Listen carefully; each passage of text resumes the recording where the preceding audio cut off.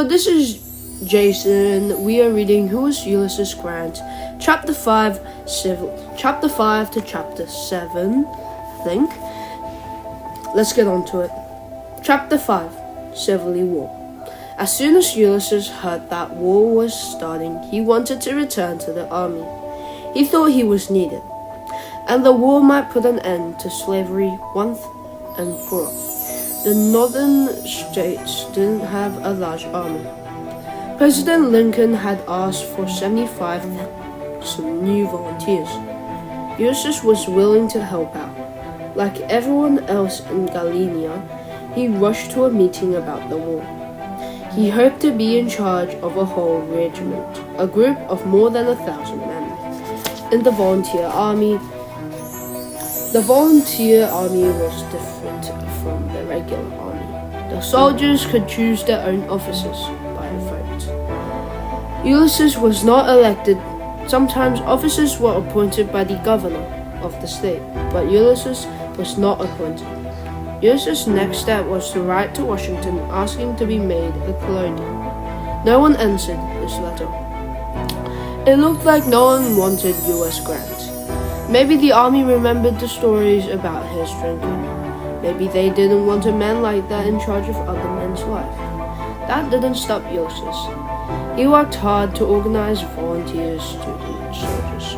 After a while, the men around him saw that Ulysses could be trusted. The governor of Illinois put him in charge of a wild, unruly regiment. Ulysses remembered General Zachary Taylor and tried to be the same kind of leader. Ulysses was firm but always fair. The men quickly learned to respect him.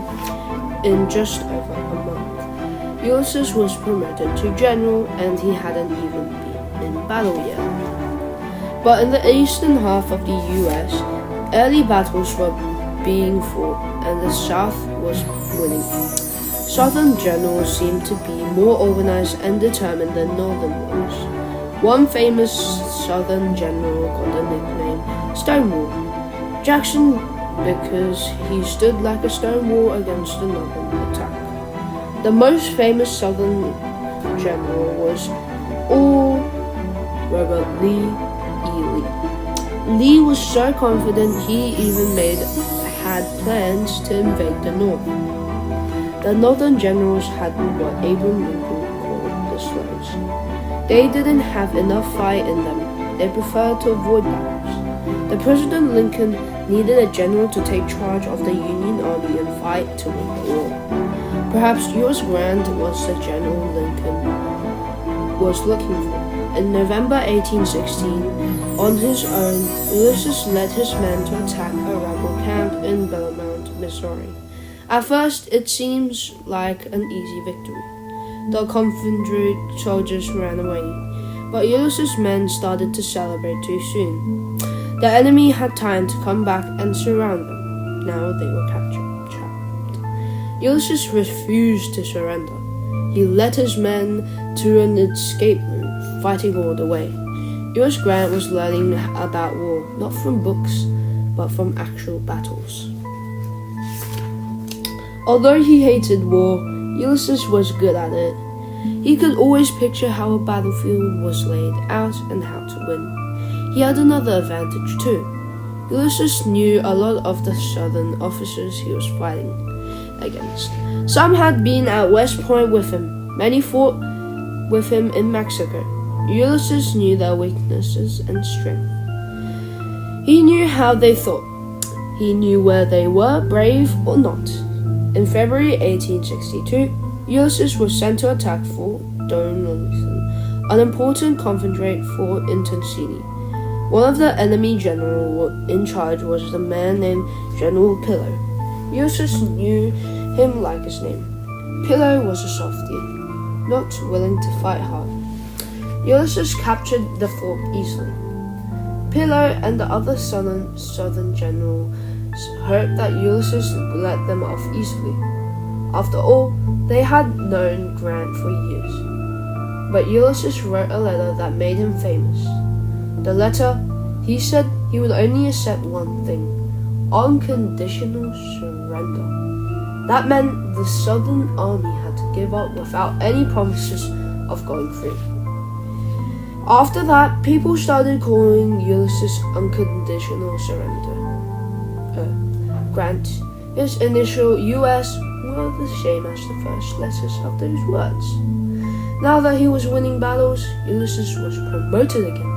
He was a major general. The newspapers wrote about Ulysses. When people read about Ulysses S. Grant, like cigars, they sent boxes of them to him at headquarters. He smoked them all the time. But the war dragged on and on. It was terrible. One of the biggest, bloodiest battles that Ulysses took part in came at the beginning of the second year of the war. It was the Battle of Shiloh in Tennessee in April 1862. When it was over, Ulysses said it was possible to walk all the way across the field, stepping only on dead bodies, without ever stepping on the ground. In the end, Ulysses won the Battle of Shiloh. But more than 19,000 Union and Confederate soldiers were killed or wounded in 2 days.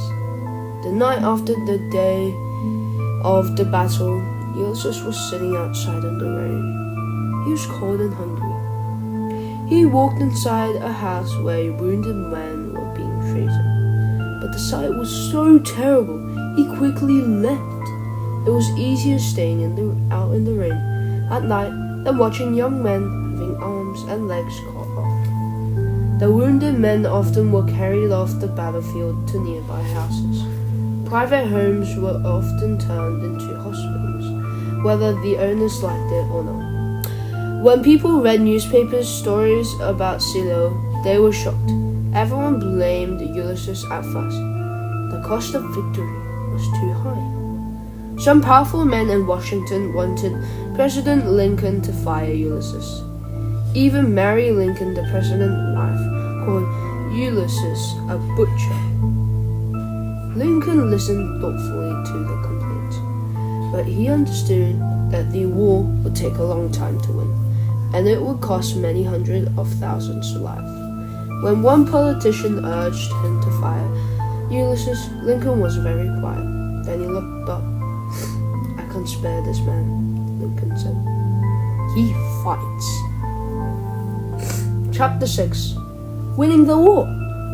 In October 1863, Ulysses was put in charge of almost half of the Union Army.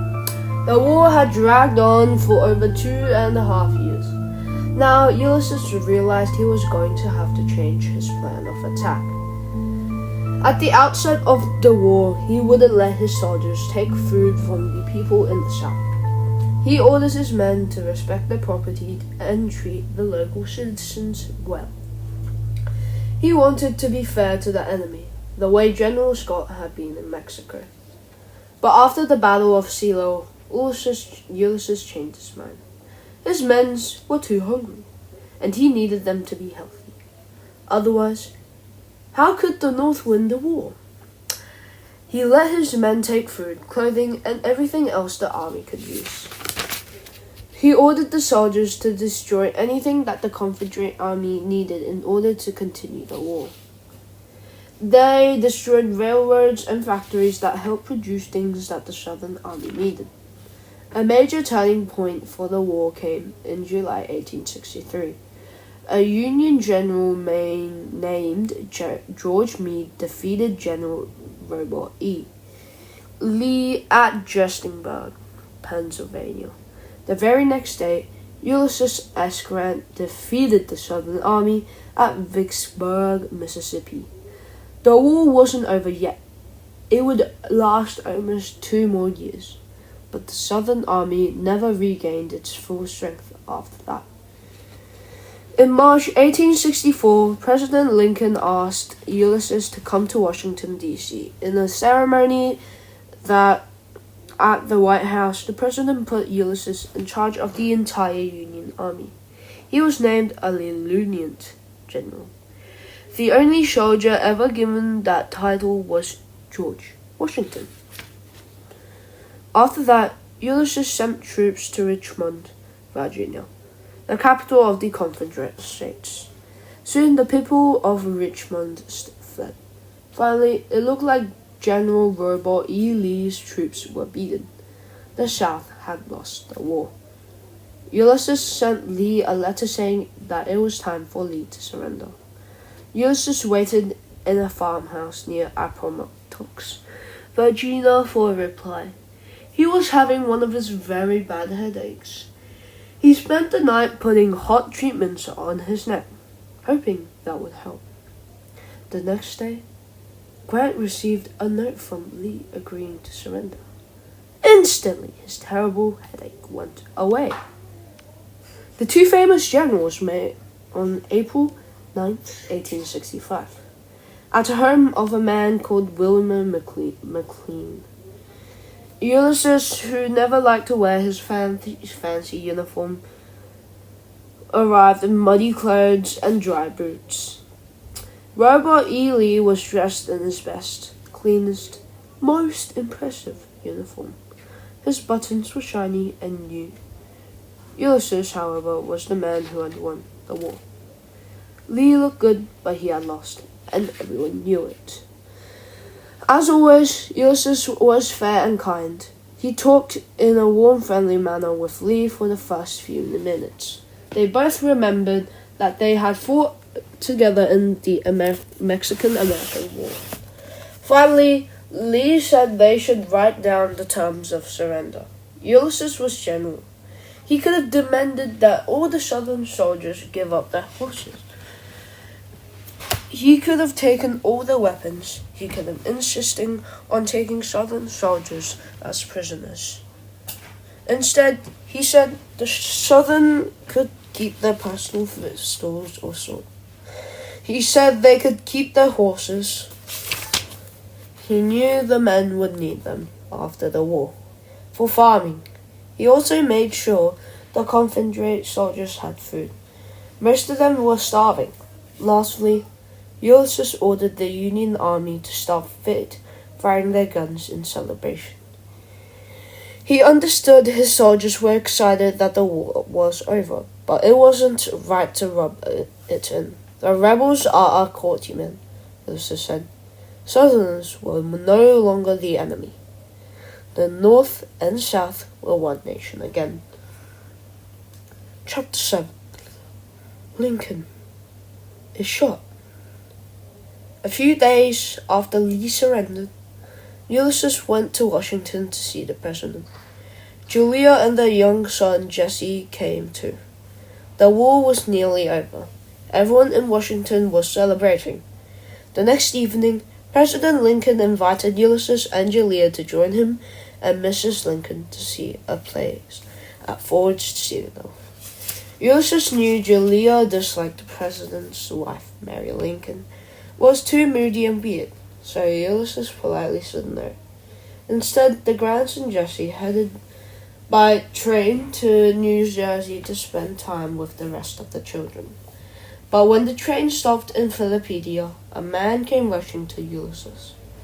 President Lincoln had been shot at the theater.